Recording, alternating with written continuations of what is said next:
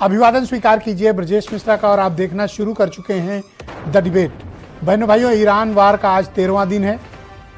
Iran के बीच America और Israel के साथ उसकी चल रही जंग का 13वें दिन आज क्या हुआ है और ईरान की ये वार कितनी लंबी खींचने वाली है और कितनी खतरनाक है और भारत के समक्ष क्या चुनौतियां हैं, आज इस विषय पर हम एक खुली चर्चा को आमंत्रित करते हैं।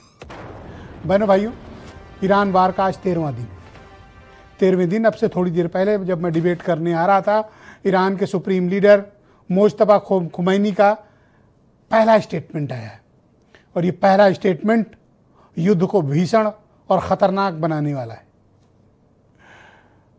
खमनेई ने अपने पहले स्टेटमेंट में ये कहा है कि खून का बदला खून से लेंगे, जितनी शहादत हुई है उनका बदला लिया जाएगा।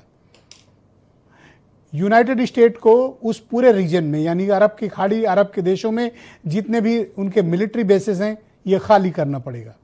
जितना नुकसान ईरान का हुआ है उसकी आर्थिक क्षतिपूर्ति वसूली जाएगी और अगर वसूला नहीं जा सका तो उतने का अलाइज कंट्रीज को नुकसान पहुंचाया जाएगा जो यूनाइटेड स्टेट ऑफ अमेरिका और इजराइल के साथ हैं। उनका मंतव्य खाड़ी देशों से है, यूएई से, सऊदी अरब से, बहरीन से, कतर से और इराक से, जहां पर हमले लगातार जारी हैं।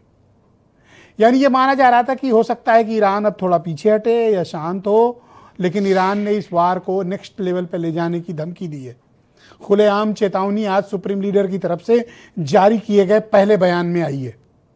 यानी ये युद्ध अब बहुत भीषण होने वाला है और एक खतरनाक मोड़ पर पहुंच गया है। ईरान क्या क्या कर सकता है? बहनों भाइयों, ईरान ने जो रणनीति अपनाई उसकी भनक न तो सीआईए को लगी, न मोसाद को लगी, न अमेरिकन मिलिट्री को थी और न इजराइल को थी।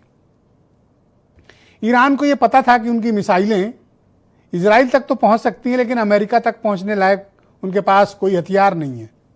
तो उन्होंने ये बेस्ट स्ट्रेटजी अपनाई कि खाड़ी देशों में जितने भी अमेरिकन मिलिट्री बेस हैं, जिसको छूने का साहस के करने के बारे में सोचना भी गुनाह माना जाता था, उन मिलिट्री बेसेस को ईरान ने हिट किया। और हिट ही नहीं किया, बल्कि जिन जिन देशों में वहां पर ये बेस हैं उन सब जगह बहुत भीषण अटैक किया है और ये अटैक प्रतिदिन जारी हैं, ड्रोन्स के जरिए, बैलिस्टिक मिसाइल्स के जरिए।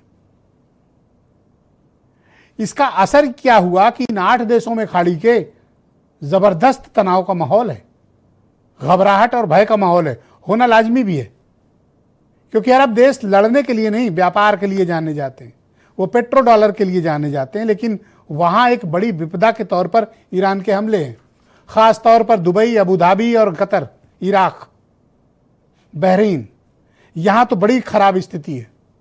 हमले नित्य प्रति जारी हैं, हर घंटे 100 ड्रोन्स आ रहे हैं, बैलिस्टिक मिसाइल्स हर घंटे लॉन्च हो रही हैं ईरान से। तो खाड़ी देश बेहद संकट में है। दूसरी बहुत भयंकर रणनीति तैयार की, वार स्ट्रेटजी इसी को कहते हैं। जब आप युद्ध में होते हैं तो आपका ठंडा दिमाग और रणनीति ही काम आती है कि आपके पास ताकत क्या है और आपकी कमजोरी क्या है। ईरान के पास कोई नेवी नहीं बची है, कोई एयरफोर्स नहीं है, कोई एयर डिफेंस नहीं है, लेकिन उनके पास स्ट्रेट ऑफ हार्मूज है, जिसकी चर्चा आप इन दिनों बेहद सुन रहे होंगे, हर खबर में, हर चैनल पर, हर मोबाइल पर। दरअसल स्ट्रेट ऑफ हार्मूज क्या है, ये आप सब अच्छे से वाकिफ हैं, मुझे बताने की आवश्यकता नहीं है। अब ईरान ने किया क्या कि यहां से निकलने वाले तेल और गैस के टैंकरों को रोक दिया।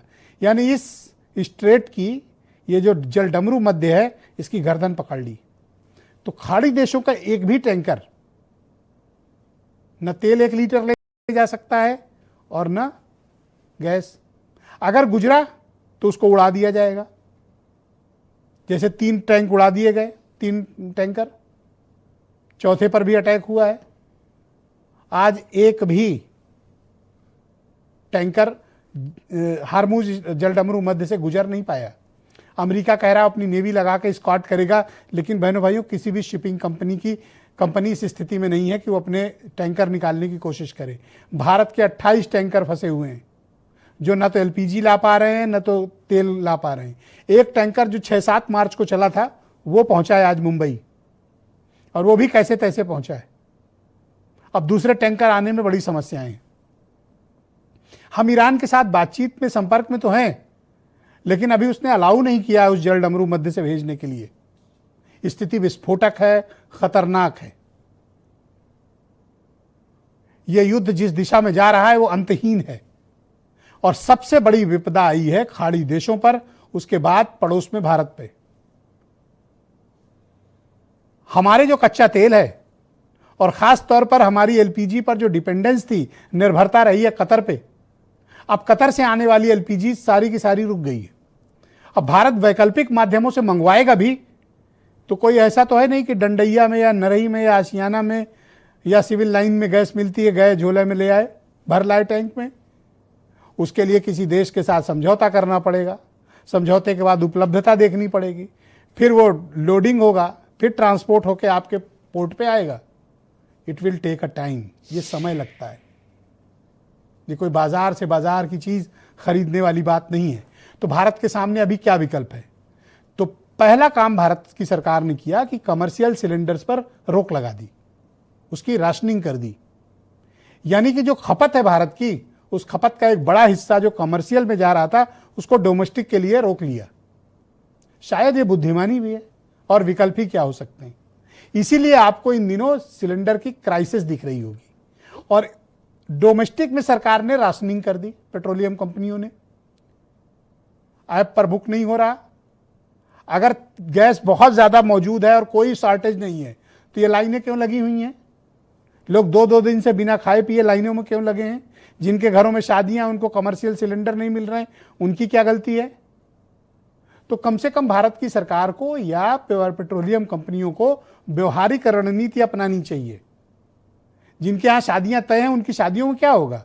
वो मेहमानों क्या खिलाएंगे? जो बहुत इसेंशियल फूड सर्विसेज हैं वो बंद पड़ी हुई हैं। तो सिर्फ डोमेस्टिक को देंगे, बाकियों को नहीं देंगे। इस पर भारत की सरकार को और पेट्रोलियम कंपनियों को बुद्धिमानी पूर्ण और विवेकपूर्ण तरीके से नीति बनानी चाहिए, एक तरफा नीति नहीं।